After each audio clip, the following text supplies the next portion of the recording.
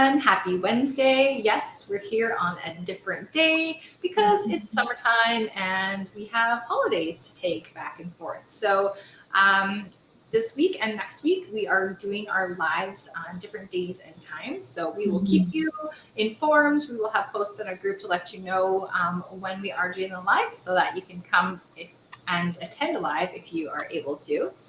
And for those of you who don't know us, I'll just quickly introduce myself and pass it over to Casey.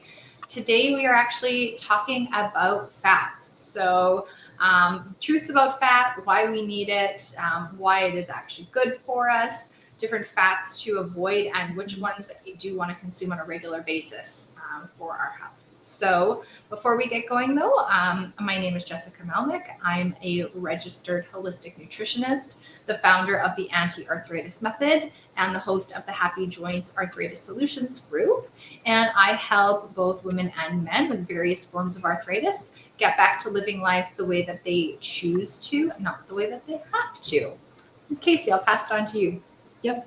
I'm Casey Kephart. I'm the founder of the Feel Good Formula. I work with women with all different types of autoimmune diseases to get back to the activities you love to do, trash your symptoms, get your life back.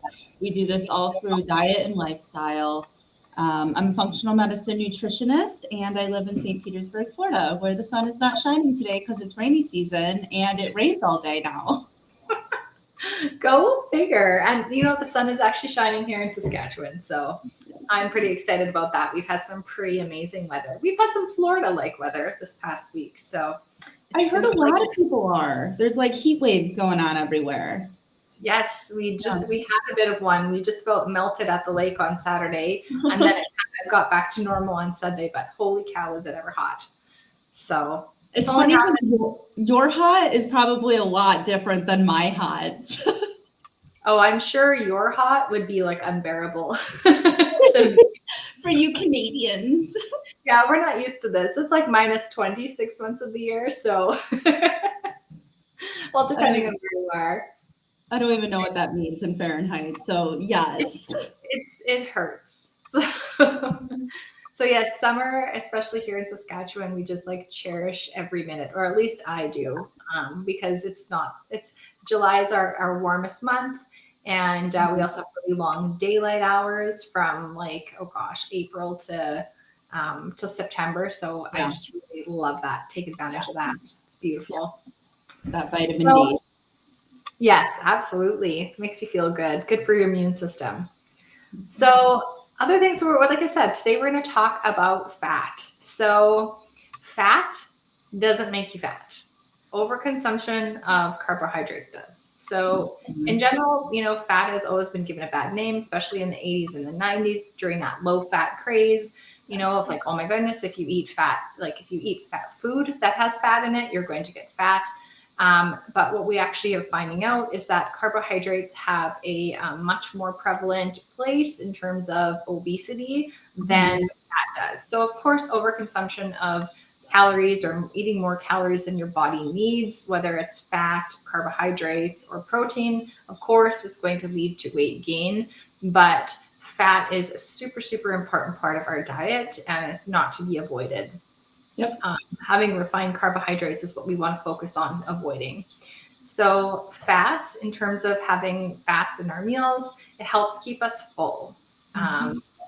Same with protein. It helps keep our blood sugar stable for longer, and it just keeps us fuller for longer. So if we were to have something that was full of a bunch of refined carbohydrates, you know, that was like a low fat, let's say cereal bar or something like that, we're get hungry a lot faster, probably have a sugar high and then a sugar crash. And then you're not going to feel very good. You're going to crave more sugars after that too. Absolutely. Absolutely. And fat itself provides us a lot of nutrients. So things like omega-3 fatty acids, B vitamins, which are super important to managing our stress, giving us energy. Fat soluble vitamins like vitamin D, which we were just talking about, which is super important for our immunity. Sorry, I can't talk. Our immunity. Words are hard. Yes, they are today. I'm just so excited. I'm like stumbling over my words Right. today because fat is a big topic.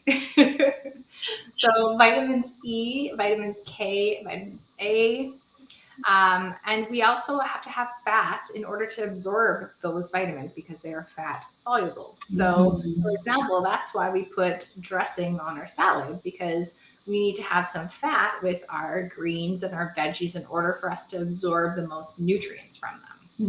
And we'll go over which oils to put on your salad as well. So don't just put any oils on your salad for fat. They matter. Absolutely. So saturated fat, we've all learned like it's the devil, right? Stay away from saturated fat. That's not necessarily true. Yes, saturated fat can be bad for your arteries and your body in general, cardiovascular disease. But the good kind comes from good quality meats. We do need a certain amount of saturated fat, and it's not bad if you do have the quality of meats that you should be having. I don't think we go into quality of meats today, but just a brief rundown of what is quality meat. It is grass-fed, it is pasture-raised, it is raised in a humane environment. So, everybody knows about the cruelty on chickens. I think we all pack them into a little small cage. A good quality of an egg or a chicken would be they can freely roam in the pasture with no gates, and they're fed or an organic feed. They are not stressed. They're happy chickens. That would be good quality meat. Same with cows in those conditions as well, and yada yada. So I know we've done a live on quality of meats before, so go back and listen to that if you're interested. Fat does not equal high cholesterol. Carbs equals bad and high cholesterol. So just like we said with fat not making you fat, carbohydrates do. Carbohydrates alter your cholesterol levels, not so much fat.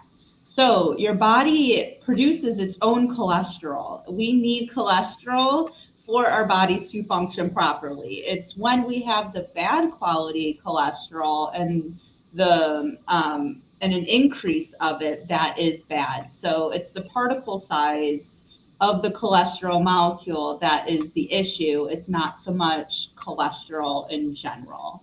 There's a lot of science behind it. It's a huge just topic in general. So I'm just going to keep it at that. But fat's not the devil there. Yeah, I think that might be something we'll have to do on another live, Casey, is just go into detail about cholesterol. How do you get cholesterol? How do you lower cholesterol? All that kind of stuff with nutrition. Yeah. I just wrote that down. Yeah. So another fat, words are hard again. Low fat leads to nutrient deficiencies, more hunger, less weight loss long term. So everybody thinks, not everybody, but a lot of us think lower fat, lower weight, lower lbs on us, right? Yes, that could be true because fat has more calories per gram than protein and carbs do. However, in the long term, you're probably going to gain more weight because you're going to eat more carbohydrates in place of your fat because you're going to be hungrier, because remember, fat makes you full.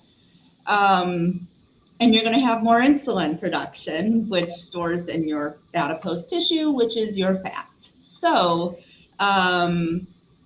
short-term weight loss, yes. Long-term diabetes, cholesterol issues, cardiovascular disease, more weight gain, yada, yada. So we want a healthy balance. Low fat also is low quality. So we think about low-fat milk, low-fat butter, low-fat breads. I don't know. There's so many low-fat items out there probably for everything, and it's made with chemicals and artificial ingredients. It's man-made. You literally have to process it to get the fat out of it. So we're eating processed foods whenever you see low fat. In the most cases, because you know how some people, Jessica, label like potato chips gluten-free, and you're like, well, yeah, it's gluten-free. It's a freaking white potato. It Mhm. might be the same thing with some low-fat things too, like a strawberry. You can say it's a low-fat strawberry. Mhm. Obviously, that's not going to be man-made, but it's just a marketing scheme. I'm going way beyond, so I'll stop and let you go No, now. it's true though. I think that's a great point because there's a lot of marketing that goes into like low fat or all the different labels we see on packaged foods at the grocery store, like labeled low fat or non-GMO or heart healthy. And it's like, what does that actually mean? And when you look at it, it's like, it's not necessarily a healthy food for you just because it has those labels. So being able to read labels is so much more important. And we did do a live on that a Hmm. while ago. So you can go to our YouTube channels and check that out if you're interested. Otherwise, we may have to do another one on how to read a nutrition label. But Yeah. there's a lot of marketing that goes into these things. And again, low fat does not equal healthy. Like Casey said, a lot of those packaged foods are just full of so many other chemicals. Like low fat sour cream, for example. There's so many different fillers and emulsifiers and things to get it to be a decent texture when they take out the fat because it naturally has fat that occurs in that cream that's used to make it. And then they also put other things like chemical flavorings. Usually sugar is added to stuff to Yeah. enhance the flavor, more salt, but not necessarily good salt. So Yeah. you're looking at all that extra additives and stuff in those low fat foods. Less nutrients too, because we just said there's a lot of nutrients in fat. So when you excrete the fat, you're not getting that A, D, E, and K nutrients that we should be. Exactly. And it might be synthetic vitamins that they're adding back in there too, which are not as healthy. Yeah, exactly. For example, margarine over butter. It's just margarine is like a chemically made, partially hydrogenated fat, and it's one of the most unhealthy things that you can consume. It's one of the most unhealthy fats. Yeah. So, yeah, butter before margarine, please, Yeah. everyone, please. So, back to just some other facts about fat. Our brain needs fat to function. Of course, it needs carbohydrates. It's like the first fuel that our brain uses, but our brain is mostly fat. So, we need fat. If we are eating a low fat diet, our brain is going to suffer. Yep. And our organs are actually cushioned by fat. So Mhm. there's white fat, which is visceral fats. We don't want too much of that. So this is what surrounds organs and cushioning. So to some extent, we want some, but not too much. This fat secretes hormones and modulates our immune system and our insulin, stress, and sex hormones. But excessive white fat can lead to an increased risk in metabolic disease. So we also have what is known as brown fat, and this is derived from our muscle tissues. It has mitochondria, which is the power center of our cells, and it uses energy to generate heat. So our brown fat actually burns fuel, like burns calories, and it helps us stay warm. And it's mainly found in babies and in hibernating animals, but even as adult humans, we still have small amounts of it. So the more lean we are, the more muscle we have, the more brown fat we have. So it's a protective type of fat. And like I said, it can also help us burn excess calories for fuel. And white fat can also turn into beige fat. So I'm not going to get into that today. It could get a little complicated. Um, but other things, Casey, did you want to tackle that last point? I forget why we wrote this last point. They're all good things, but what was it pointing to again? I am not sure, to be honest. We might So have to. we wrote down sleep in cooler temps, like 60 degrees Fahrenheit, melatonin, bright light in the morning, magnesium and foods and melatonin like cherries and ginger, quality food and exercise. So all great things to keep in mind. I can't remember if that was directed towards white and brown fat I or think this is more of like what you can do to lose excess fat. Is I mm, think that's why we were writing that. So just things like not being hot, and sleeping in a hot temperature.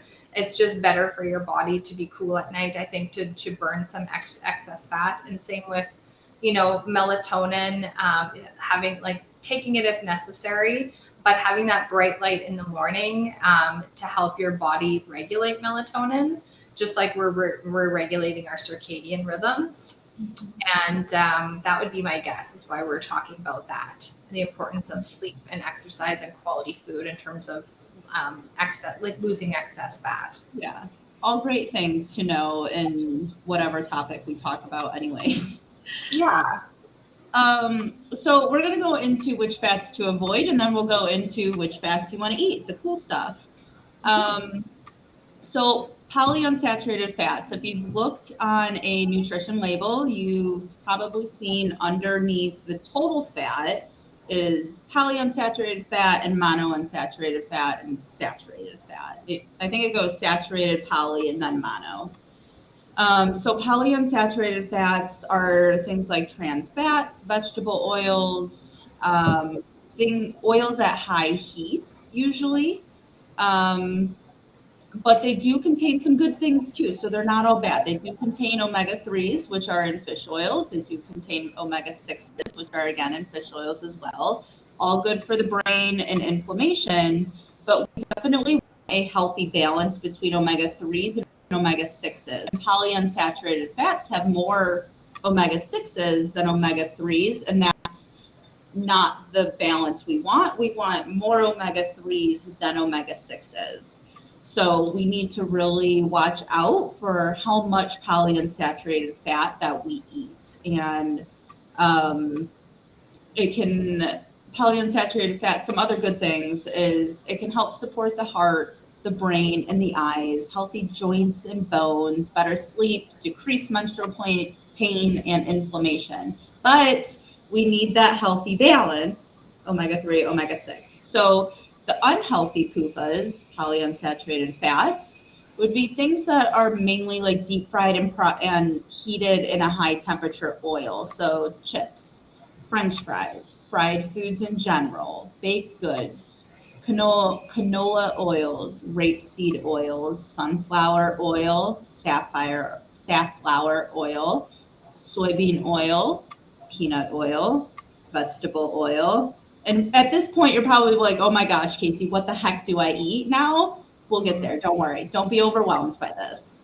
But also start looking in your cabinets and throw these stuff away. But vegetable shortening, margarine, like we just talked about, spray butter, which is just a man-made butter in general. Most cooking sprays, but we'll go over which cooking sprays are good. And then vegan butters, because again, they're just man-made and processed. The good polyunsaturated fats would be things like walnuts, sunflower seeds, black seeds, pecans, salmon, mackerel, almonds, and tuna. So try to stick to those kinds of polyunsaturated fats, and those are the ones that are going to help your brain, your eyes, your heart, your inflammation, your bones, your joints, and menstrual pain. Did I miss anything with that? No, that's great. So that covers polyunsaturated fats, the good, bad, and the ugly. And in terms of saturated fats, so we want to avoid poor quality saturated fats. So like we were mentioning before, fats that come from conventionally raised animals. So conventionally raised beef, pork, chicken, farmed fish, deep fried foods like French fries, of course, potato chips, carnival foods, all that stuff, baked goods, unless you bake it yourself and know exactly what's in there. So that would be poor quality saturated fats that we want to avoid. But like Casey said, we're going to tell you which fats that you do want to eat and why. So there's still lots of fats out there. Some of them are going to surprise you about what we say is actually healthy for you, because I know I was surprised when I learned these myself. But I'm just going to start off with a list of fats that you do want to eat. So olive oil is great, extra virgin olive oils, preferably organic. Extra virgin coconut oil as well, avocado oil. These are fats like coconut oil and avocado oil, which are great to cook with because they have a high heat tolerance, a high smoke point. Some other good fats that you want to eat, but I would not use these for cooking, would be some nut and seed oils. So use cold pressed and organic, because expeller pressed oils are often used. They use chemicals and other processes to press those oils. So you want cold pressed, because the heat and chemicals damage the oils themselves. So you want to be aware of the smoke points of different oils to know whether or not you should heat it or cook with it, or just use it to make like a salad dressing, which you would keep cold just to put on top of your, your salads, or just drizzle over top of cooked vegetables as well. Yeah. So, for example, I use a lot of avocado oil. This is a really nice neutral flavor for when I roast my vegetables. And I use coconut oil for healthy baking. And depending on what I might be cooking in a pan, sometimes I like that flavor. But then I typically use olive oils for my salads. Mm-hmm. Yeah. Put in the comments below what oils you like to put on your salads, what oils you like to cook with, and it will be a good conversation below. But also, if you're already doing all the things that we're saying here, just put a love on our video here, so we know and that you're listening, and that you're already doing all of the things. But there's some other really good oils out there too. So other good fats, I should say. So Jessica went over the coconut and the avocado ones, but some other ones, and these are the ones that you're going to be like, come on, Casey and Jessica, like you're like on. What? Right. Okay, so good qualities. This is all we're talking about, is the good qualities of bacon fat. So good quality bacon would be like nitrate free and organic and all of that stuff. Tallow, some duck fat, and lard. I know what you're thinking. Like, Casey, we're not in the 1950s. We don't use lard anymore. It's bad for our cholesterol and it's bad for our arteries. Guys, it is the carbohydrates. Of course, we don't want to eat a whole pan of lard or shortening or any of that. Everything is in balance here. Everything is in a good moderation. So I always, just to vary up my fats, because all of them have a different nutrient panel in them. I can do coconut oil with my Brussels sprouts, and then I'll do bacon fat with some of the meats that I have. And then if I have a salad that day, I'll do some olive oil. So you're constantly changing your profile of nutrients that you're getting each meal and each day as well. And your skin is going to thrive from it. Your hair is going to thrive from it. Your brain is going to thank you from it. And your tummy is too, because we don't want to be constantly grazing all day either, because we're hungry. That actually does worse for the gut than it does good to be grazing all day. But other forms of fat besides oils that would be good for you are things like, I guess this is in the monounsaturated fat column. So we'll just go through monounsaturated fats. So those are things like your fish oils, omega-3s, your nuts and seeds, your olive oils, your olives, your avocados, your eggs, the red meats. So these help lower your cholesterol. Again, it's a fat, cholesterol. Yes, it can. This kind of fat can lower your cholesterol. It's good for the heart. And it can help with insulin regulation. So people with pre-diabetes or that are diabetic, and strengthen your heart and lose weight. So we need fat to lose weight. Remember that. We also need fat to regulate cholesterol and insulin. Insulin is a fat. It's a hormone. All our hormones are fat. So we do need these healthy monounsaturated fats in us. Yeah, and I just wanted to say a quick thing too, because I know there's a lot of people in our audience who are wondering, well, where the heck would you get good quality lard or tallow or duck fat? Go to your local health food store. Often in their freezers, they will have organic, grass-fed, pasture-raised, different like rendered lard, tallow. I know I can go and get organic pasture-raised, what's the word, pork tallow if I want, Mhm. or beef tallow. And like we said before, the quality of it is really, really important. So you want to make sure that if you are having sources of lard and tallow from animals, that they are pasture raised, that they are grass fed. If in case of beef, and that they are, hormone and antibiotic free as well, because toxins are stored in our fats, just like in animals' Mhm. fats. So we want to make sure that we're getting as good quality as we can for that. So just an aside of where you can go and find that and what to look for. Yep, exactly. It looks like we might have a comment. You just answered it. How do you buy lard and tallow? Oh, Perfect. perfect. Just answered Glad it. you're- Let us know if you have any other questions on that. But I know I can find mine in the US at least at like a Whole Foods.